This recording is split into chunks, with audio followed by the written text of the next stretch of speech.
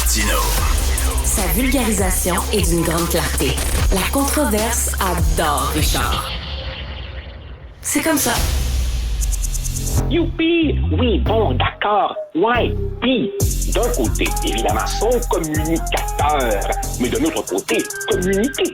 Quoi, au juste? Et pourtant... Un sociologue, pas comme les autres. Joseph Facal.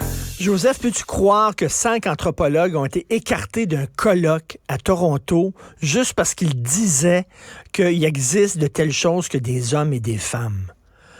On dit que c'était transphobe et on les a écartés. Richard, je suis obligé de le croire parce que je l'ai vu et parce que c'est un cas particulier de quelque chose qui se répand comme un déversement de pétrole, c'est-à-dire que la culture du ressenti, la culture de faut pas faire de pépène à tel ou tel groupe est rendue à un niveau tel qu'elle balaye la science. Richard, pendant longtemps, nos collègues des sciences pures, physique, maths, biologie, riaient de ce qui arrivait dans les sciences sociales. Même eux, aujourd'hui, commencent à être envahis. Tu te rappelles, j'avais il y a quelques mois commis une chronique sur des physiciens à Concordia qui sont subventionnés pour autochtoniser la physique. C'est cette idée que la science, qu'il s'agisse d'une science sociale ou d'une science exacte, la science serait une construction occidentale et blanche. Et comme c'est une construction, on peut la déconstruire pour venir en aide aux opprimés. Richard, la science, la vraie, elle n'est pas occidentale, elle est universelle. C'est-à-dire qu'une proposition scientifiquement testée et validée, elle est valable sous toutes les latitudes. Et ce qu'on vit en ce moment, une fois qu'on a fini d'en rigoler, je te cacherai pas que ça me brise le cœur. Tu n'es pas sans savoir que je suis issu des sciences sociales. Moi, j'ai fait mon doctorat en sociologie à une autre époque, ma maîtrise en sciences politiques.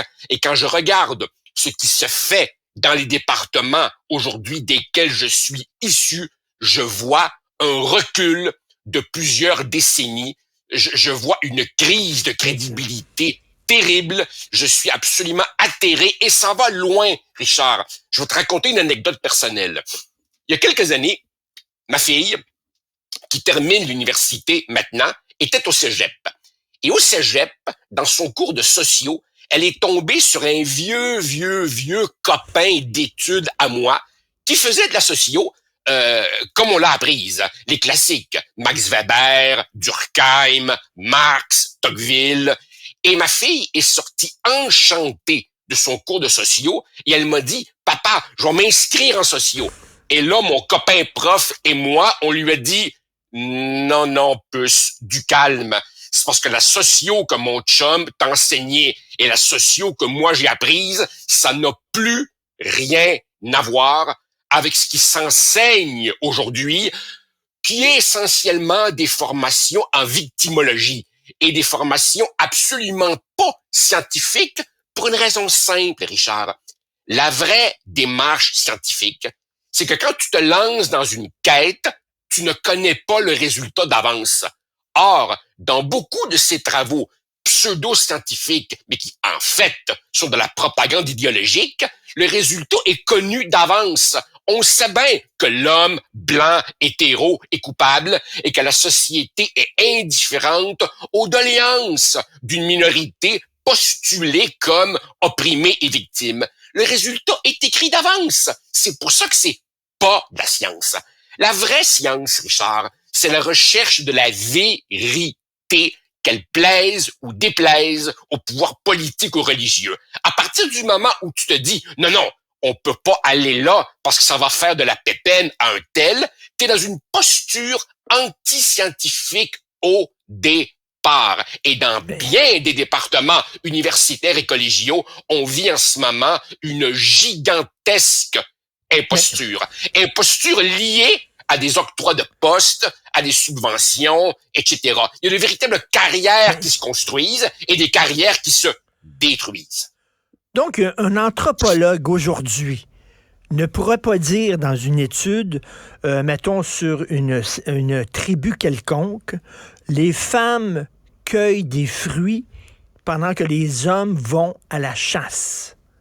Ils ne pourraient plus utiliser hommes et femmes. C'est incroyable. Disons qu'il pourrait le dire s'il était un prof titulaire, inattaquable, au sommet de sa carrière, dans une grande institution prestigieuse. Mais s'il est un jeune prof adjoint qui n'a pas encore sa permanence, ou s'il est un jeune doctorant qui aspire à se trouver une job dans un milieu devenu ultra compétitif, car beaucoup de gens à l'extérieur ne savent pas à quel point le monde universitaire est férocement compétitif, eh bien, il s'agit plus maintenant, pour faire carrière, de montrer la valeur de tes travaux. Il s'agit aussi de montrer la rectitude de tes travaux. Donc, oui, beaucoup de jeunes chercheurs subissent une pression pour réciter le catéchisme, et c'est une ambiance, une atmosphère pas toujours drôle pour les jeunes qui sont rentrés là, habités par la curiosité scientifique et qu'on veut transformer en petits curés de la rectitude politique. D'un côté, on nous dit, tu n'as pas le droit de t'approprier la culture d'un autre, mais tu peux t'approprier le sexe d'un autre. Pourtant, la culture, si je vais au Japon et je passe 30 ans de ma vie au Japon, je pense que je pourrais devenir japonais culturellement, mais je pourrais jamais devenir une femme, tu comprends-tu? Là, c'est rendu que la biologie, tu peux te l'approprier, mais pas la culture. Je comprends pas ça. Mais justement, Richard, tu relèves une des nombreuses contradictions internes du discours woke en général, et c'est bien justement la preuve que c'est tout sauf scientifique. Un discours scientifique, c'est une série de propositions logiquement liées les unes aux autres et que tu tentes, dans la mesure du possible, de valider empiriquement. Autrement dit, je mélange deux gaz dans les mêmes proportions, à la même température, je regarde le résultat, l'expérience quand je chauffe ça, et si ça donne 1 million fois de suite le même résultat, je conclus à une loi scientifique qui reste valide tant qu'elle n'a pas été infirmée par une autre expérience. C'est ça, la démarche scientifique. Ici, on est dans une sorte de version laïque d'un nouveau discours religieux. Car regarde, comme les religions organisées, tu as les textes sacrés auxquels il ne faut pas déroger, tu as les gourous, les prêtres, tu as le chemin vers la rédemption si tu as la pensée correcte, et tu as l'enfer dans lequel tu vas brûler si tu es un hérétique idéologique. C'est construit comme une nouvelle religion. C'est épeurant. Dans quel monde vont grandir nos enfants et nos petits-enfants? Nous autres, notre temps est fait, c'est correct, là, mais c'est et Richard, c'est épeurant, et ce que les gens ne réalisent pas, c'est que beaucoup de nos lecteurs, à chaque fois que j'écris des chroniques là-dessus, beaucoup de nos lecteurs ont une réaction du type « ce prof devrait pas enseigner, Et on focalise sur les individus. Ce qu'on ne voit pas, c'est que ce qui rend possible ces énoncés aberrants, c'est un système qui maintenant a accumulé du pouvoir. Nomination, embauche de profs, subvention, contrôle des comités stratégiques qui d'une certaine façon orientent les carrières plus ou moins réussies. Il y a du pouvoir, des jobs, du cash lié à ça. Du cash. C'est ça le problème.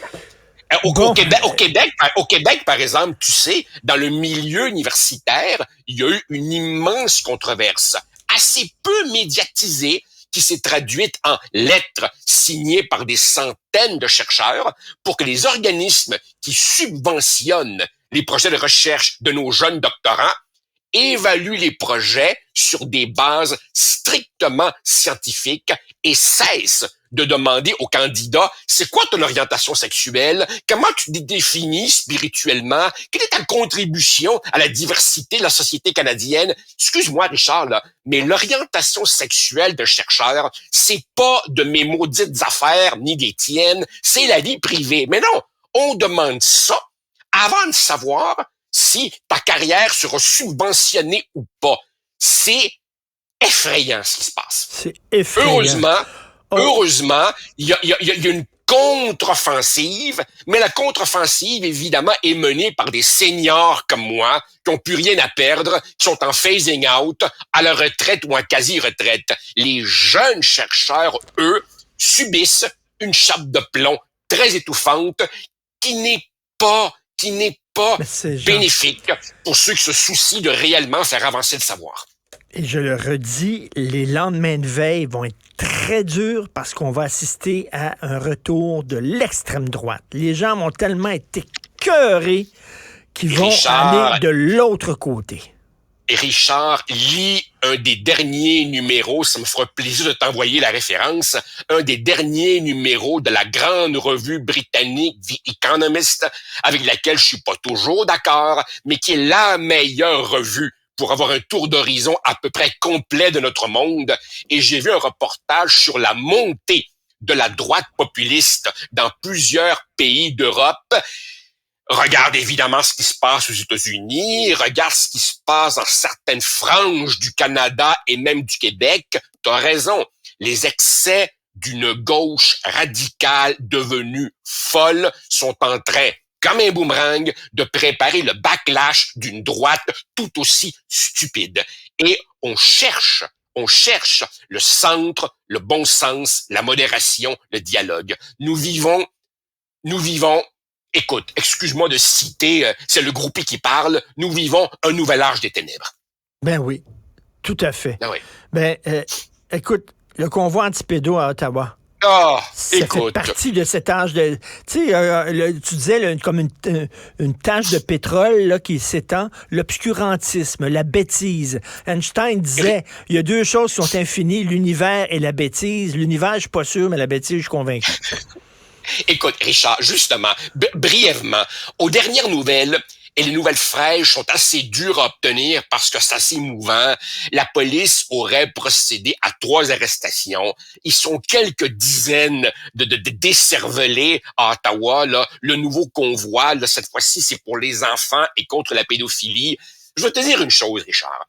À chaque fois que ces hurluberlus manifestent, on nous sort des explications polies, scientifique du type il se méfie des institutions, il s'informe auprès de sources non crédibles. Richard, la vérité, c'est qu'on n'a pas besoin de trop gratter pour trouver en dessous de ça une bêtise spectaculaire, totalement assumée, chimiquement pure, aveuglante de clarté. Et ça me rappelle, je sais qu'il me reste peu de temps. Un jour, réinvite-moi pour en parler, le merveilleux petit livre de l'historienne Berkeley, Carlo Cipolla, Les 5 lois fondamentales de la stupidité humaine. Un jour, je te parlerai des 5 lois fondamentales de la stupidité humaine. C'est un vrai livre. C'est un vrai livre avec tout un raisonnement. Pourquoi la bêtise, elle est éternelle, universelle, et c'est une énergie renouvelable. Écoute, c'est fantastique. Je voudrais te dire, je me fais pas l'avocat du diable. Oui, c'est des coucous. Mais moi, je dis, derrière chaque complot, il y a comme une réalité qui est mal interprétée, puis qui est déformée, puis tout ça. Reste qu'il y a là, tu vas me parler de Cosmo Pizzeria, là, comme ça. Non. Reste qu'il y a un gars qui s'appelait Jeffrey Epstein, qui avait une île où il y avait des jeunes dans cette île-là. Lui, il avait un avion qui appelait le Lolita Express et il y avait des gens de l'élite internationale, dont des rockstars, dont des vedettes, dont des politiciens qui allaient sur son avion, sur son île, baiser des mineurs. Ça, c'est pas une folie, c'est un fait. Et ça, c'était l'élite internationale. Il y avait un réseau international de gens qui allaient baiser des mineurs sur une île qui appartenait à un milliardaire. Ça, c'est un fait. Joseph. Oui, absolument, absolument. Mais les gens qui sont présentement à Ottawa disent que c'est Justin Trudeau, le gouvernement fédéral, les Nations Unies, les institutions, le réseau de Jeffrey Epstein, c'était un réseau clandestin qui ne passait pas par les institutions. Ce que ces coucous-là disent, c'est que les institutions sont au service de ce réseau-là. Franchement, mais je reviendrai plus en détail sur les lois de la stupidité humaine. Oui. Vas-y. En passant, 5 octobre aujourd'hui. 5 octobre aujourd'hui, date importante. C'est le 5 octobre 70 qu'était enlevé James Richard Cross et ça ouvrait la crise d'octobre. Question toute simple. Le domaine dans lequel Justin Trudeau s'est le plus investi depuis quelques années, c'est évidemment la formulation d'excuses. Je te ferai pas la longue liste des gens auprès desquels il s'est excusé. Nous attendons toujours des excuses pour les 500 personnes qui, en 1970, furent arrêtées et jamais accusées de rien. Tout à fait. Alors que René Lévesque avait tout de suite condamné les gestes du FLQ. Il l'avait fait tout de suite. Tu as raison de le rappeler. À demain, Joseph. Bonne journée. Ça marche. Salut. Bye.